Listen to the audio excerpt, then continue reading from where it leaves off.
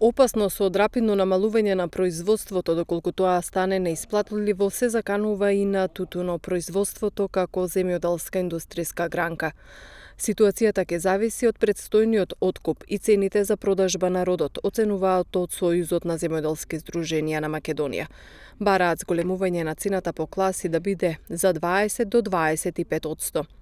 Годинешниот род е со добар квалитет, иако се договорени речиси 26.000 тони, реколтата се оценува да биде 18.500 речиси на ланското намалено ниво.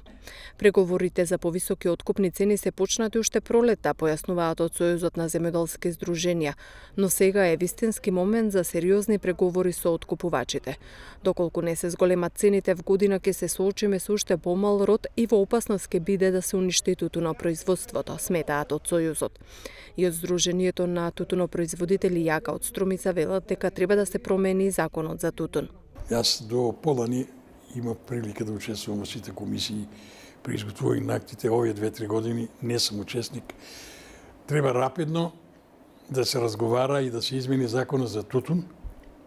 Има одредби таму, сега да не ги анализирам, и времето не дозволува и просторо, да се надмине ова, треба да се почне од законот за тутун, треба да се надмине состојбата со мерилата, да се разработи, да се види што му мањка на овој наш систем на тутунопроизводството, цените да се пратат према растот на другите производи.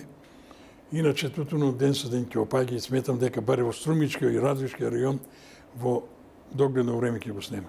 Како што го нема памук, како што нема свилена буба, како што нема многу други производи. Значи, треба сериозно да се запрашаме сите чинители во оваа сфера на тутунопроизводството. За друго земјоделие и тоа не е розово, и тоа не сакам да разговарам. Во сферата на тутунот мора да се размисли комплетно од научните, образовните институции, Министерството, власта и ние како носители на таа политика. Од тутунопроизводство во земјава живеат речиси 30.000 семејства. Најголемиот дел од производството е во Прилепско-Пелагонискиот регион.